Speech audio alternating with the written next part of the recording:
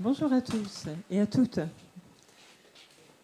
Ce qui est bien avec le Seigneur, c'est qu'il sait vraiment comment nous sommes.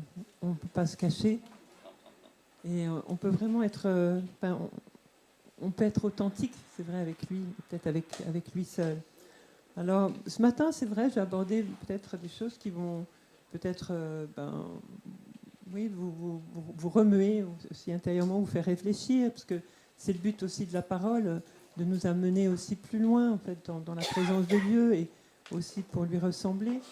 Et voilà, je commencerai par une simple question. Est-ce qu'il t'est déjà arrivé d'être lassé, je dirais, par une situation, d'avoir l'impression que tu as tout donné, que tu as tout fait ce que tu pouvais, et pour autant, bien, tout semble bloqué. Tu es fatigué, tu n'as plus d'énergie, plus aucun espoir, je dirais que cela évolue, et même tu as envie d'arrêter. Alors c'est vrai, ça peut concerner beaucoup de domaines, hein. Je pense le domaine professionnel, aussi quand on est en études, je sais que c'est pas facile. Et cela peut être également dans le domaine relationnel, c'est vrai, nos relations les uns avec les autres ne sont pas toujours faciles. Et là aussi, tu peux estimer que tu as fait tout de ton côté, tout ce que tu pouvais, et tu vois que la relation, elle en est toujours au même point, les choses ne bougent pas, et là aussi cette lassitude, je dirais. Alors oui, on peut être prêt certaines fois dans notre vie à renoncer, je dirais par dépit, par découragement, parce qu'on ne sait plus quoi faire aussi tout simplement. Tu ne te sens pas capable d'aller plus loin, les batteries sont déchargées, hein. Il n'y a pas que les portables qui sont déchargés, nous aussi des fois. Alors tu as envie de baisser les bras et de ne plus y penser même, hein. Des fois il y a des choses qui sont tellement pesantes, tu dis oh non mais j'aimerais tellement passer à autre chose. Alors ma question ce matin, c'est es-tu prêt à faire un mile de plus, un mile de plus? Es-tu prêt à faire 1 kilomètre de plus, hein? Voilà. Et ce sera le thème de mon message. Un mile de plus, c'est une expression, on va le retrouver dans la parole tout de suite. C'est vrai, c'est une distance en fait, hein. Quand je dis un mile, il y a le mot 1000 dedans, donc ça ressemble à une distance, c'est 1000 pas en fait, hein, comme on va le voir. Exactement, je crois que c'est 1480 mètres. Je ne sais pas, Francis, si c'est ça exactement, parce que je sais que tu vas. Terrestre, c'est 1620 mètres. Voilà. Voilà. Et j'avais en tête, en faisant ce message, cette nageuse, et je n'ai pas retrouvé son nom, mais c'était donc une femme qui voulait traverser la Manche, et elle avait une équipe avec elle, et elle a nagé, et à un moment, il y avait tellement de brouillard qu'elle ne voyait pas la côte, en fait, la côte anglaise, et pourtant, elle n'était pas loin, et elle a arrêté. Il lui restait qu'un tout petit bout à accomplir, mais à cause de ce brouillard, eh bien, elle n'a pas fait, je dirais, cette distance supplémentaire. Et ça peut être un exemple, c'est vrai pour nos vies. Alors, je vais lire dans Matthieu, dans l'évangile de Matthieu, au chapitre 5, donc au verset 38 à 42. Donc, si vous avez votre Bible, Matthieu 5, versets 38 à 42. Vous avez appris qu'il a été dit œil pour œil et dent pour dent. Mais moi, je vous dis de ne pas résister aux méchants. Si quelqu'un te frappe sur la joue droite, présente-lui aussi l'autre. Si quelqu'un veut plaider contre toi et prendre ta tunique, laisse-lui encore ton manteau. Si quelqu'un te force à faire 1 000, fais-en 2 avec lui. Donne à celui qui te demande et ne te détourne pas de celui qui veut emprunter de toi. Et donc c'est sur ce verset que je vais m'appuyer, donc le verset 41. Si quelqu'un te force à faire 1 kilomètre à pied, fais-en 2 avec lui. Donc ce passage que je viens de lire fait partie du Sermon sur la montagne, où Jésus enseigne ses disciples. Donc il est question, c'est vrai, de ne pas rendre le mal pour le mal. Et puis, juste après ce passage que je viens de lire, il est même question de prier pour ceux qui nous persécutent. Alors là, je dirais que Jésus fait fort, parce que non seulement il nous demande de ne pas faire le mal pour le mal, donc de renoncer à la vengeance, ce qui est déjà difficile, mais en plus d'aimer nos ennemis et même de prier pour eux. Alors au temps de Jésus, les soldats romains avaient le droit de réquisitionner quelqu'un, donc le premier venu, je dirais, pour porter leur équipement. Et on sait que leur équipement était lourd. C'est un équipement qui faisait plus de 40 kilos, mais ils n'avaient le droit de le faire que sur une distance de 1000 pas, ce qui était déjà énorme, hein, puisque ça fait plus de 1 km, 1,5 km. Et donc cette distance était limitée, mais gare, je dirais, à celui qui ne s'arrêtait pas, qui n'abandonnait pas sur le champ son activité pour obéir aux soldats qui demandaient donc de porter donc son fardeau. Et Jésus, là, lui, nous demande le double.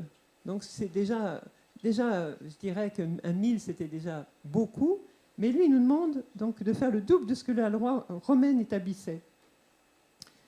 Alors quand on regarde au ministère de Jésus, eh bien, je crois que Jésus a vraiment montré qu'il était prêt à faire un mile de plus.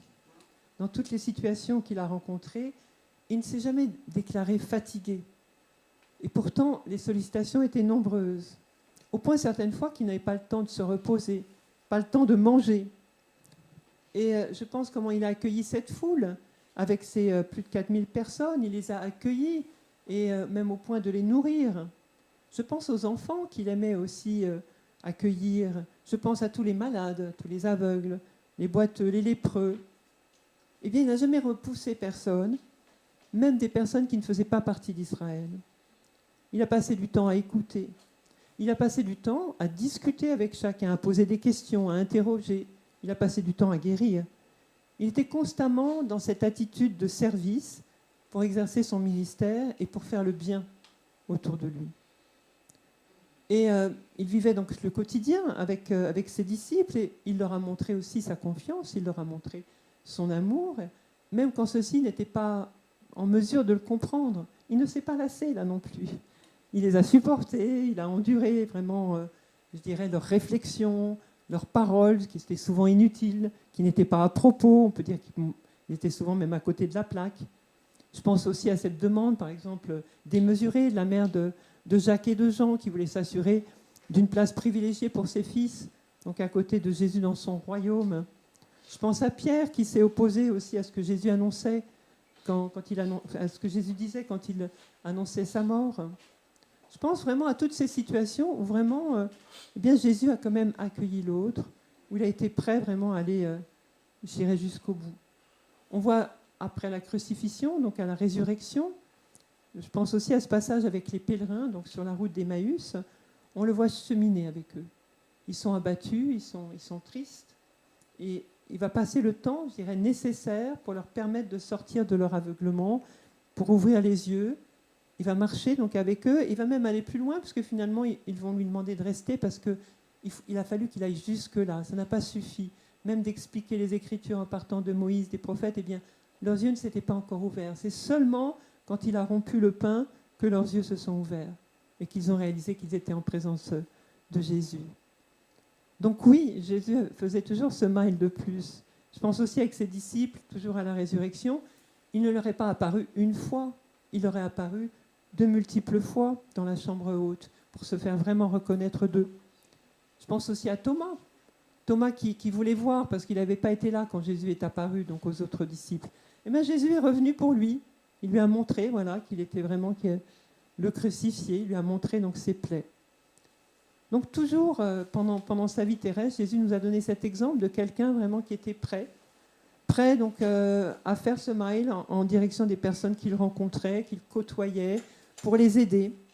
Il n'était ni avare de son temps, ni avare de ses enseignements. Donc lui, le Fils de Dieu, n'a pas hésité à marcher, à écouter, à répondre, à dialoguer, je dirais, à suspendre même peut-être son temps, à changer de plan même pour les autres. Alors, toi, moi, est-ce que nous sommes prêts à faire un mile de plus, à aller au-delà de ce qui est normal? Notre attitude impactera beaucoup plus les autres que nos paroles, beaucoup plus que nos conseils. Et je crois que si nous sommes amenés, si nous sommes prêts à faire bien au-delà de ce que les autres considèrent comme raisonnable, ils vont le remarquer. Dans 2 Pierre, en fait, au chapitre 3, verset 9, il est dit que Dieu est patient avec vous. Il ne veut pas que certains meurent pour toujours, mais il veut que tous arrivent à changer leur vie. Dans une autre version, Dieu ne tarde pas dans l'accomplissement de sa promesse, mais il ne veut pas qu'aucun périsse. Je crois qu'une caractéristique de Dieu, c'est la patience. Et ce sera mon deuxième point. On lit dans les psaumes, je citerai le psaume 103, « L'Éternel est compatissant et miséricordieux, il est plein de patience et débordant d'amour. » Donc certes, Dieu n'a pas la même échelle de temps que nous, vous me direz. Il sait que nous, humains, nous sommes toujours pressés, parce que notre temps est limité. Mais il sait aussi que nous avons besoin de temps pour maturer dans nos vies, pour devenir l'homme ou la femme qu'il veut que nous soyons. Alors il a fallu du temps, c'est vrai, quand on regarde la vie des patriarches, il a fallu de la patience en fait, pour les amener là où Dieu voulait les amener. Abraham n'est pas devenu Abraham en un seul jour, Jacob non plus n'est pas devenu Israël, enfin il a fallu qu'il passe par bien des combats, bien des luttes, bien des épreuves, même chose pour Moïse. Moïse n'est pas devenu le conducteur d'Israël, je dirais dans sa jeunesse, il a fallu donc il passe par le désert, passe par se refuge dans le désert pendant 40 ans. Et je dirais même David, le roi David, à qui la royauté avait été promise, il a su attendre. Il a su être patient pour attendre ce moment qui était choisi par Dieu. Il a su donc supporter les coups répétés de Saül et avec même cette menace de mort qui planait autour de lui. Alors la patience, c'est vrai, ça fait partie du fruit de l'esprit, exprimé dans Galates au chapitre 5, verset 22. Voici ce que l'Esprit Saint produit. Amour, joie, paix, patience, bonté, service, confiance dans les autres, douceur, maîtrise de soi. La loi n'est sûrement pas contre ces choses-là. Alors oui, Dieu souhaite que nous soyons comme lui. Alors apprenons à cultiver cet aspect du fruit, au même titre que l'amour, pour ressembler davantage à Dieu. Soyons patients, patients envers nous-mêmes, patients envers les autres. Ce mois-ci, nous avions choisi donc, dans la Gazette le verset de Galates 6, 9, qui nous dit « Ne nous lassons pas de faire le bien, car si nous ne nous décourageons pas, nous aurons notre récolte au moment venu. » Ne nous lassons pas. Ben oui, c'est vrai, ça implique bien le temps, qu'il y a le facteur temps qui joue, la patience. Notre patience nous donnera de voir l'accomplissement des grandes choses que Dieu a préparées d'avance. Également, dans Hébreux, il est dit « Ainsi vous ne vous relâcherez pas, mais vous imiterez ceux qui par la foi et la patience reçoivent l'héritage promis. » Ne pas être patient, c'est quelque part renoncer à se laisser transformer par Dieu, à se laisser façonner par lui. La patience nous donne vraiment la force pour endurer, la force pour persévérer, même quand les résultats ne sont pas encore là. Tout ce qui a de la valeur prend du temps et exige de la patience. Que ce soit une relation amicale, un grand projet, des études, un métier, enfin tout demande vraiment de la persévérance. Et vous savez que c'est notre thème cette année, courir avec persévérance. Alors soyons donc patients jusqu'au retour du Seigneur. Et je pense aussi à ce passage de Jacques qui nous dit, vous voyez, le cultivateur, il attend le précieux fruit de la terre en faisant preuve de patience envers lui jusqu'à ce qu'il ait reçu les premières et les dernières pluies. Alors faire un mile de plus, eh bien ça demande aussi de l'espérance. En tant que chrétiens, nous avons la foi. Mais qu'est-ce que la foi ? La foi, c'est une ferme assurance des choses qu'on espère, une des démonstrations de celles qu'on ne voit pas. Comment croire dans des choses qu'on ne voit pas ? Cela paraît fou, n'est-ce pas ? Comment baser la vie sur ce qu'on espère ? C'est pourtant ça, la foi. Alors, dans des situations où tout semble fermé, je dirais même claveté, est-ce qu'il est encore possible d'espérer ? Comment croire que la situation va changer, va s'améliorer ? Comment croire que l'autre aussi, qui est en face de nous, avec qui peut-être on a eu des différends, peut encore changer ? Qu'on y arrivera ? Qu'il y a une issue ? Que ce n'est pas la mort ? Mais je crois qu'on a beaucoup de leçons à tirer de l'Église persécutée. Je ne sais pas si vous lisez, comme moi ou comme certains d'entre nous, les rapports de Portes Ouvertes, mais on voit comment les chrétiens persécutés persévèrent même dans la persécution, même soumis aux pressions, même parfois, je dirais qu'il y a danger de mort pour eux, ils continuent. ils espèrent. Et comment font-ils? Comment font-ils pour persévérer dans leur foi? Comment font-ils pour tenir bon? Je crois que c'est vraiment une affaire d'espérance, c'est une affaire de foi. Ils se confient dans leur Seigneur, ils se confient dans notre Dieu. Alors, faire un mile de plus, ça parle aussi, après, je dirais, la patience, eh bien, ça parle aussi de générosité. On a chanté tout à l'heure, voilà, je te donne tout. C'est vrai que, eh bien, la générosité, c'est se donner entièrement, sans rien retenir. C'est le fameux quoi qu'il en coûte.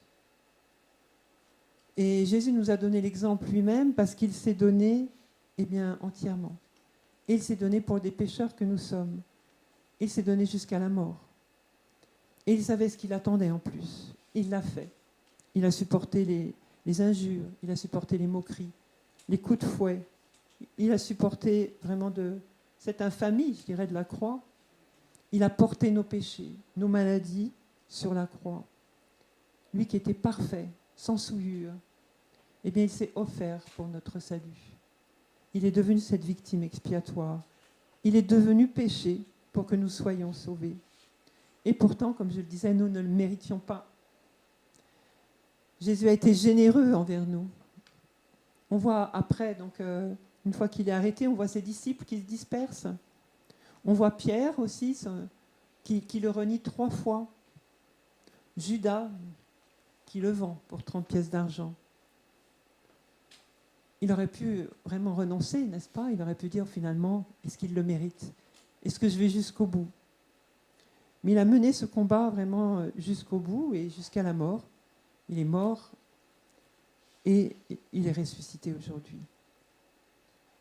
Alors, Gilles, tu citais, je vais le citer aussi aujourd'hui, Jean 3,16, c'est vrai que tout est fait, enfin Dieu a tout fait par amour. Et la parole nous dit que Dieu a tant aimé le monde qu'il a donné son Fils unique afin que quiconque croit ne meure jamais, mais qu'il ait la vie éternelle. Est-ce que ce n'est pas un acte de générosité? Faire un mile de plus, eh bien, c'est un acte de générosité pure. C'est décider de donner de soi, de donner même de son nécessaire, pas de son superflu, comme cette pauvre veuve qui mettait même quelques pièces dans le tronc, mais c'est d'elle-même qu'elle donnait, elle avait envie de donner, la joie de donner. Eh bien, oui, faire un mile de plus, c'est donner de son temps, de son énergie, de ses finances, de son attention, sans compter et sans savoir surtout ce que l'on va y gagner. C'est hypothétique finalement ce que l'on va y gagner. C'est aider un proche quand il est fatigué, c'est écouter celui qui a besoin, s'asseoir avec lui, lui tenir la main peut-être, offrir son pardon aussi, même quand c'est difficile. C'est vraiment accompagner l'autre, être là, être disponible. Alors si vous donnez avec générosité, eh bien, vous recevrez beaucoup plus que ce que vous pouvez imaginer. Et Jésus a dit, Dieu vous mesurera avec la mesure que vous aurez employée pour mesurer les autres. C'est important ce verset. Dieu vous mesurera avec la mesure que vous aurez employée pour mesurer les autres. Mais on a intérêt à donner largement, je pense, hein, si on veut recevoir largement. Donc, par nos actes, eh bien, nous déterminons, c'est vrai, la mesure de la bénédiction divine en fonction de notre générosité. Alors, la parole nous dit qu'il y a plus de joie à donner qu'à recevoir. Eh bien, je vous encourage, c'est vrai, à l'expérimenter. Expérimenter cette joie du don, cette joie de la générosité. Aujourd'hui, c'est vrai, dans la tendance dans le monde, notamment professionnel, c'est de donner juste ce qu'il faut. Ni plus, ni moins. Les gens ont peur, parfois même, qu'on abuse d'eux. Donc il y a des contrats pour protéger, des clauses. Vous voyez le job description, on s'arrête là. Donc beaucoup préfèrent faire le strict minimum.